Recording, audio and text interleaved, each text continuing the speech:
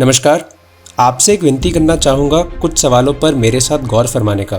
पहला, सोना यानी कि गोल्ड इतना कीमती क्यों है?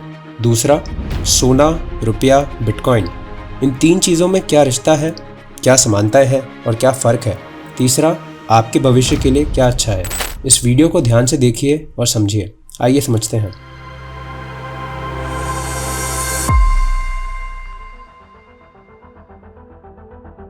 मैं भारत के हर नागरिक से विनती करता हूँ कि एक बार ये ज़रूर सोचिए कि गोल्ड यानी कि सोना इतना प्रेशियस या कीमती क्यों है। तो ये बस एक मेटल ही।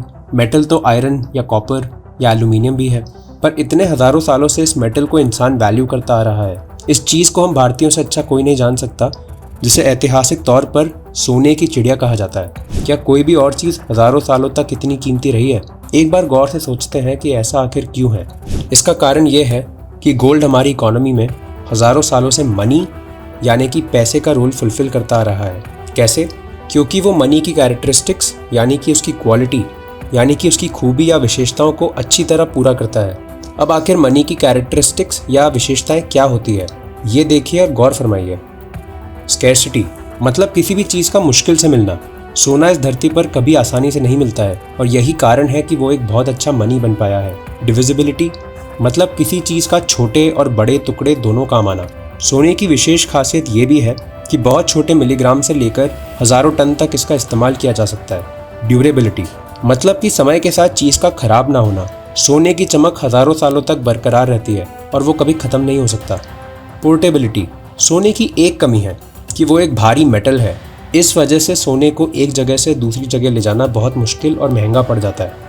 अब सोना हज़ारों सालों तक मनी का रोल फुलफ़िल करता गया, पर उसकी इस एक कमी की वजह से इकोनॉमी में उसे इस्तेमाल करके ट्रेड करना मुश्किल होता गया।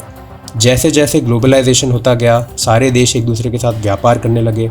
गोल्ड के इस भारीपन की वजह से उसे यूज़ करना काफ़ी मुश्किल और महंगा होता जा रहा था। इस समस्या को हल करने के लिए गवर्नमेंट्स और बैंक्स ने मिलकर एक नुस्खा निकाला, फिएट करेंसीज यानी कि डॉलर, पाउंड, रुपी इत्यादि। फिएट करेंसी एक पेपर का टुकड़ा है, फिर चाहे वो कैश नोट्स हो या बैंक अकाउंट में जमा पैसे, जिसके अगर आप मालिक हो, ये समझा जा सकता है कि उतनी कीमत का सोना आपके बैंक ने आपके लिए जमा कर रखा है। फिएट करेंसी की वजह से करोड़ों लोग एक दूसरे के साथ व्यापार कर पा रहे हैं। ये सोने के साथ मुमकिन नहीं होता।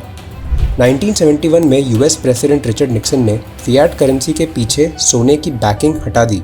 अब आप जो पेपर या बैंक अकाउंट इस्तेमाल करते हैं, उसके पीछे कोई सोना नहीं है। इसका मतलब देशों के सेंट्रल बैंक्स इसे अपनी मर्जी से प्रिंट कर सकते हैं। अगर हम आज के मनी फिएट करेंसी को सोने की विशेषताओं के साथ कंपेयर करते हैं, तो हम पाते हैं कि फिएट करेंसी गोल्ड की कमी को बहुत अच्छी तरह पूरी करता है। 1 रुपए से लेकर कहीं करोड़ों रुपए को कहीं भी बहुत आसानी से भेजा जा सकता है, परंतु सोने की एक महत्वपूर्ण विशेषता फिएट करेंसी पूरी नहीं कर सकता। वो है स्कैर्सिटी, जो यकीनन मनी की सबसे खास और ज़रूरी खूबी है।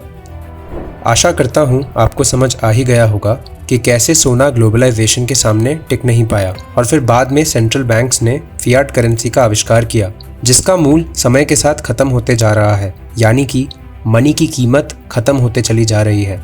हमारी रोज़मर्रा की ज़िंदगी में हम इस बारे में भले ही सोचते नहीं हों, पर इसका असर हमें रोज़ देखने को मिलता है, हर चीज़ के बढ़ते दामों में। इसी समस्या का हल लाने के लिए कई कंप्यूटर साइंस विशेषज्ञ एवं इकोनॉमिस्ट 30-40 साल से काम कर रहे थे और फिर अचानक से 2008 में सतोशी ने बिटकॉइन इंट्रोड्यूस किया। बिटकॉइन एक डिसेंट्रलाइज्ड डिजिटल करेंसी है, जिस पर किसी सरकार या सेंट्रल अथॉरिटी का कंट्रोल नहीं होता।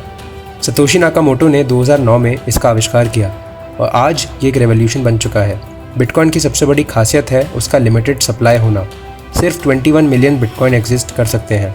इसका मतलब है जैसे जैसे डिमांड बढ़ेगी, वैसे वैसे इसकी वैल्यू ऑटोमेटिकली बढ़ती जाएगी, क्योंकि इसका सप्लाई लिमिटेड है। आज बिटकॉइन का ग्लोबल एक्सेप्टेंस उसके डिसेंट्रलाइजेशन, ट्रांसपेरेंसी और ओपन लेजर पर आधारित होने के कारण है। बिटकॉइन के ट्रांजैक्शंस बॉर्डर्स, रेगुलेशंस और जोग्राफिकल बाउंड्रीज़ के परे होते हैं, जिसे आप दुनिया में किसी भी कोने में इंस्टेंटली और नॉमिनल फ़ीस के साथ कर सकते हैं।